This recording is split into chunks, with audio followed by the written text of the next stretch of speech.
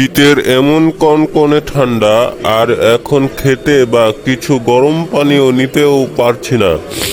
জানিস, খালি এখানে বসে আছি, এমন অনুভূতি হচ্ছে যেন কিছুই ঠিক নেই। হা হা হা। হ্যাঁ, খালি বসে থাকা।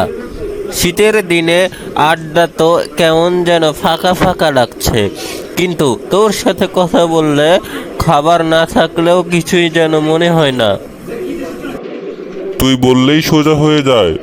বাহিরে শীতের কনকনে ঠান্ডা, আমি যদি একটা কাপ কফিও নিতে পারতাম তো কি হতো, কিন্তু তোর সঙ্গে তো আড্ডা দিয়েই যেন একটু উষ্ণতা পাই। বাহ, বাহ বাহ বাহ। তুই আবার ঠিক।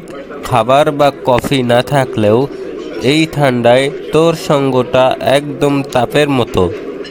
তুই কি কখনো বুঝেছিস, তোর সঙ্গে আড্ডা দেওয়া মানে যেন কিছুক্ষণের জন্য শীত চলে যায়।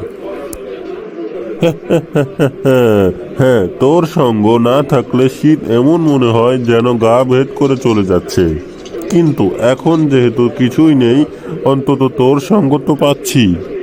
তোর মতো বন্ধুর সঙ্গেই তো সব কিছু পূর্ণ।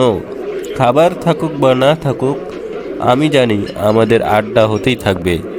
শীত কিংবা গরম, তুই তো আছিস।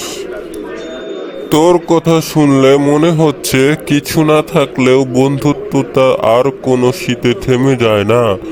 এক কাপ কফি না থাকলেও আমাদের গল্প তো চলতেই থাকবে।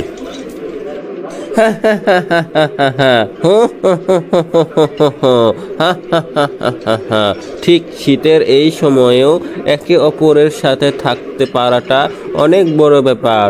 আর তোর এই আড্ডা ছাড়া তো আমার দিনই চলে না।